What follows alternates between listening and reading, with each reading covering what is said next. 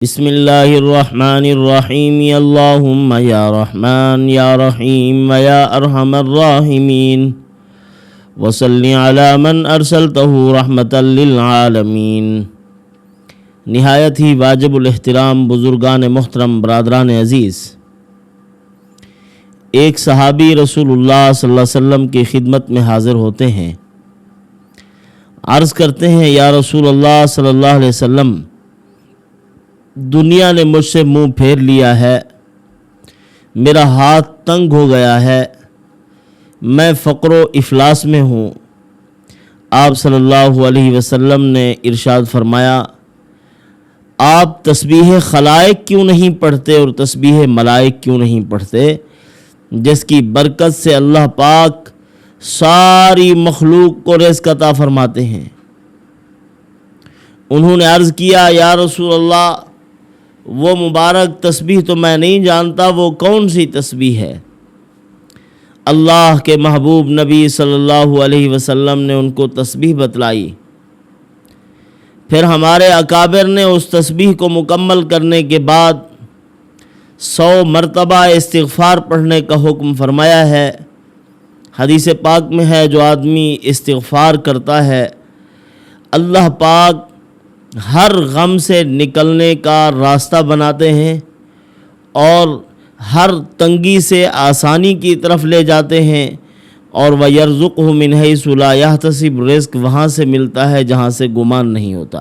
اور جمعہ کے دن صبح کی نماز سے لے کر جمعہ تک ایک دعائے مبارکہ ہے جو جبرائیل علیہ السلام نے حضور صلی اللہ علیہ وسلم کو بتلائی تھی، وہ پڑھنے کا حکم فرمایا ہے۔ اور فرمایا ایک تسبیح اور بھی ہے جو رسول اللہ صلی اللہ علیہ وسلم نے صحابہ کرام رضوان اللہ تعالی علیہم اجمعین کو سکھلائی۔ فرمایا جو روزانہ 100 مرتبہ یہ کلمات کہے، رزق کے دروازے اس پر کھل جائیں، قبر کے فتنہ سے محفوظ رہے، جنت میں جائے اور دنیا اس کے آگے جھکی رہے، اور اس کے ہر کلمہ کے عوض اللہ پاک ایک فرشتہ پیدا کریں جو اس کی تسبیح و تحلیل میں لگا رہے، اللہ کی حمد و ثنا میں لگا رہے، اور اس کا ثواب اسی کو پہنچتا رہے جو وہ یہ کلمات پڑھے۔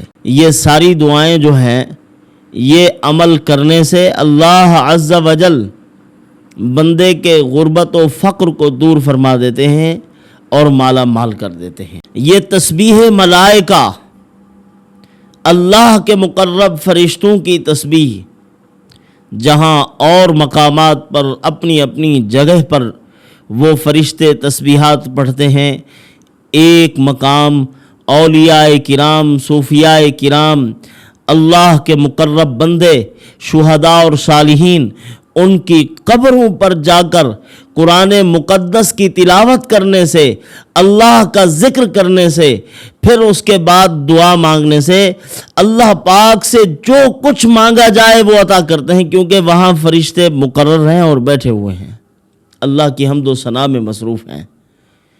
ایک مرتبہ حضرت خواجہ خواجگان حضرت فرید الملت والدین حضرت مسعود گنج شکر جودھنی رحمۃ اللہ علیہ، بہت بڑے اللہ والوں میں سے تھے۔ خواجہ نظام الدین اولیاء رحمۃ اللہ علیہ بھی ان کے مرید تھے۔ حضرت خواجہ نجیب الدین رحمۃ اللہ علیہ انہی کے مرید تھے۔ حضرت نے ان کو حکم فرمایا، بیمار ہو گئے اور ان کی عمر اس وقت 89 سال تھی، تو ان ایام میں حضرت خواجہ خواجگان رحمۃ اللہ علیہ نے ان کو حکم فرمایا، اپنے مریدین کو، اپنے خاص جو حضرت کے شاگرد تھے، جنہوں نے حضرت کے سامنے زانوِ تلمس طے کیے، حضرت سے پڑھا اور تصوف و سلوک سیکھا، حضرت نے ان کو حکم فرمایا کہ جاؤ قبرستان میں جو بڑے بڑے اولیاء کی قبریں ہیں، اللہ کے نیک بندوں کی قبریں ہیں، صلحاء کی قبریں ہیں اور شہداء کی قبریں، وہاں بیٹھ کر اللہ کے قرآن کی تلاوت کرتے رہو، قرآن مقدس پڑھتے رہو۔ اکابر علماء امت نے بھی ایسی روایات درج فرمائی ہیں کہ آپ صلی اللہ علیہ وسلم کا فرمان مبارک ہے، یعنی یہ عمل حدیث پاک سے بھی ثابت ہے۔ بتلانے کا مقصد یہ ہے، آپ صلی اللہ علیہ وسلم نے فرمایا جو شہداء اور صالحین ہوتے ہیں، اللہ کے نیک بندے ہوتے ہیں، ان کی قبروں پر اللہ کی رحمت کے فرشتے بیٹھتے ہیں اور قیامت تک بیٹھے رہیں گے، اللہ کی تسبیح و تحلیل کرتے رہیں گے۔ تو ایسے مقامات پر پھر اللہ کی رحمت کا نزول ہوتا ہے، اور پھر وہاں آدمی اللہ کا قرآن پڑھ کے، اللہ کا ذکر کر کے جو بھی دعا مانگے اللہ قبول فرما لیتے ہیں۔ اولیاء کا وسیلے کے بھی ہم قائل ہیں، کیونکہ وہ وسیلہ، وہ واسطہ صرف بزرگ کا نہیں بلکہ اس کے قلب میں جو اللہ کی محبت ہے اسی کا واسطہ دیا جا رہا ہے، اور اسی کے عوض اللہ سے مانگا جا رہا ہے۔ یہ اللہ کا غیر نہیں ہے، نہ شرک ہے۔ بندہ مانگے اللہ تعالیٰ عطا فرماتے ہیں۔ حضرت نے فرمایا وہاں جا کر پڑھتے رہو اور تلاوت کرو، ساری رات اللہ کے قرآن کو پڑھتے رہو، اور پھر میری صحت کے لیے دعا کرو۔ تو صبح کو جب فارغ ہوئے، وہ تمام مریدین متوسلین حضرت کی خدمت میں حاضر ہو گئے۔ عرض کیا حضرت ہم نے اللہ تعالیٰ سے دعا مانگی ہے، بڑی دل لگی کے ساتھ، اللہ تعالیٰ آپ کو شفا عطا فرما دے۔ حضرت نے فرمایا کہ نہیں، تمہاری دعا تو فرش سے اوپر ہی نہیں گئی، جو اللہ کو منظور ہوتی ہے اللہ پاک اس دعا کو اٹھا لیتے ہیں عرش تک، دعا قبول ہو جاتی ہے، مسئلے حل ہو جاتے ہیں۔ میری طبیعت تو ویسے ہی خراب ہے، اور یہ فیصلہ بھی اللہ ہی کرتے ہیں کس کی کتنی سننی ہے، کتنی قبول کرنی ہے، کس کے لیے قبول کرنی ہے، یہ فیصلہ بھی اسی نے کرنا ہے۔ لہذا میں تو بیمار ہوں، یعنی ایک تو یہاں حضرت نے اپنی بے بسی کا اظہار فرمایا کہ ہم ولایت میں اتنی اونچا مقام رکھنے کے باوجود اپنی مرضی سے کچھ نہیں کر سکتے، سب کچھ اللہ کی مرضی سے ہو رہا ہے۔ دوسرا، حضرت نے اپنے اس فعل سے یہ سمجھایا ہے کہ اپنے سے چھوٹوں سے دعا کروانے میں کوئی عیب نہیں ہے۔ ایک آدمی کہے میں تو بڑا اللہ کا ولی ہوں، لہٰذا مجھے کیا ضرورت ہے؟ جیسے جاہل عاملین ہوتے ہیں، لمبے چوڑے وظائف کرتے ہیں، پھر اس کے بعد سب سے بڑا ولی اپنے آپ کو سمجھتے ہیں، کہتے ہیں کہ ہم سے بڑا کون ولی ہو سکتا ہے، لہٰذا ہمیں کیا ضرورت ہے کسی سے دعائیں لینے کی، ساری دنیا ہمیں دعاؤں کا کہہ رہی ہے، ہم کیوں کسی سے دعا مانگیں۔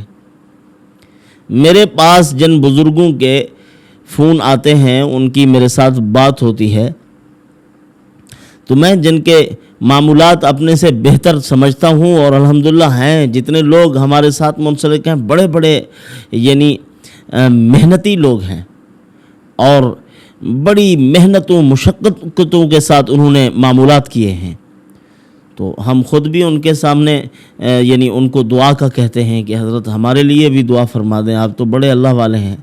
تو اس میں کوئی عیب نہیں ہے کہ بندہ اپنے آپ کو بزرگ سمجھے، تو اس میں کوئی عیب نہیں ہے کہ بندہ اپنے لیے دعا منگوائے کسی سے۔ حضرت عمر رضی اللہ تعالی عنہ جا رہے تھے عمرے پر، تو نبی کریم صلی اللہ علیہ وسلم ان کو روانہ کرنے کے لیے تشریف لے گئے، اور وہاں جا کر حضرت عمر رضی اللہ تعالی عنہ کو فرمایا کہ اے عمر، اپنے بھائی کو دعا میں نہ بھولنا۔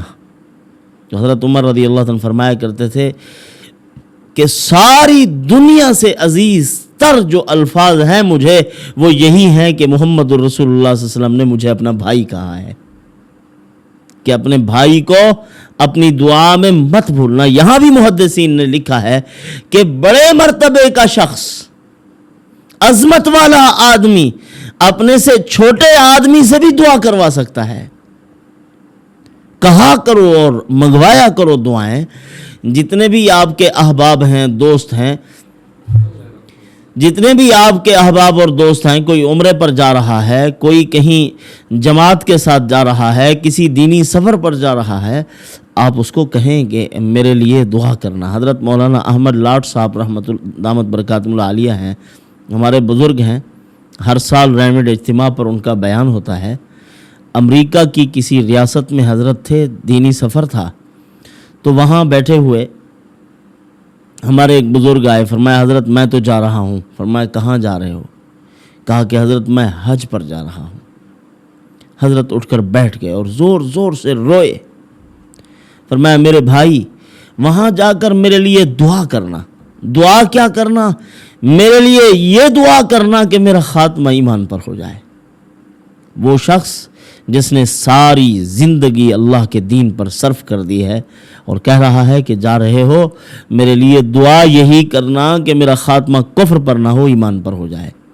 اللہ حفاظت فرمائے، اللہ تعالیٰ اپنے قرب میں رکھے. آج ہی میں ایک واقعہ پڑھ رہا تھا. حضرت مجدد الفسانی رحمۃ اللہ علیہ ایک آدمی کے پاس گئے اور وہ اس کے دنیا سے رخصتی کا وقت تھا.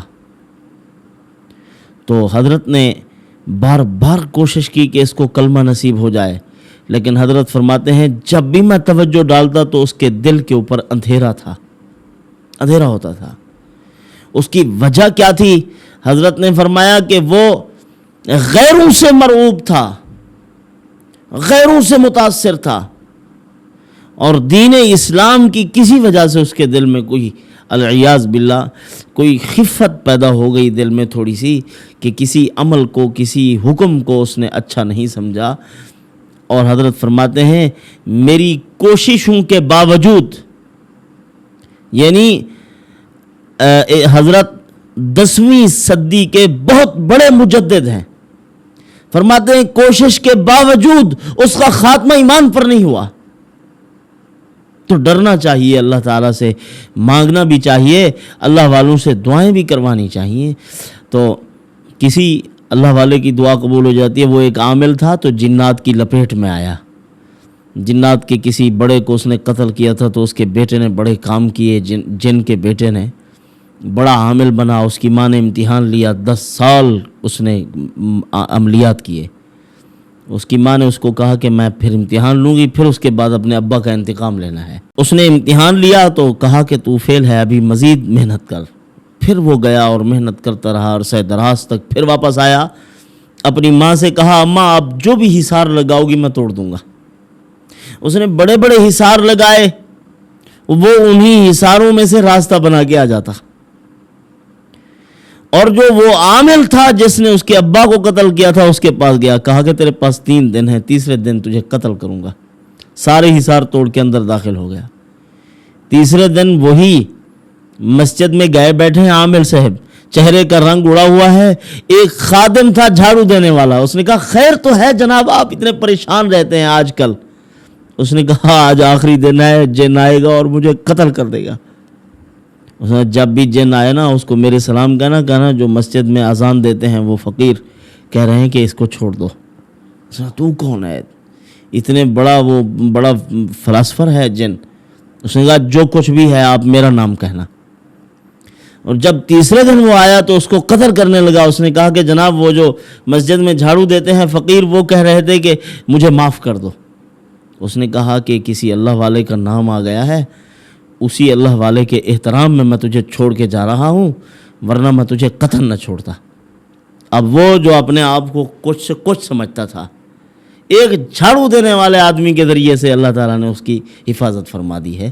تو بہرحال وہ دعائیں یہ ہیں. آپ صلی اللہ علیہ وسلم نے تسبیح ملائکہ بتلائی، فرمایا یہ پڑھو اللہ پاک مالا مال کر دیں گے، رزق میں فراوانی ہوگی.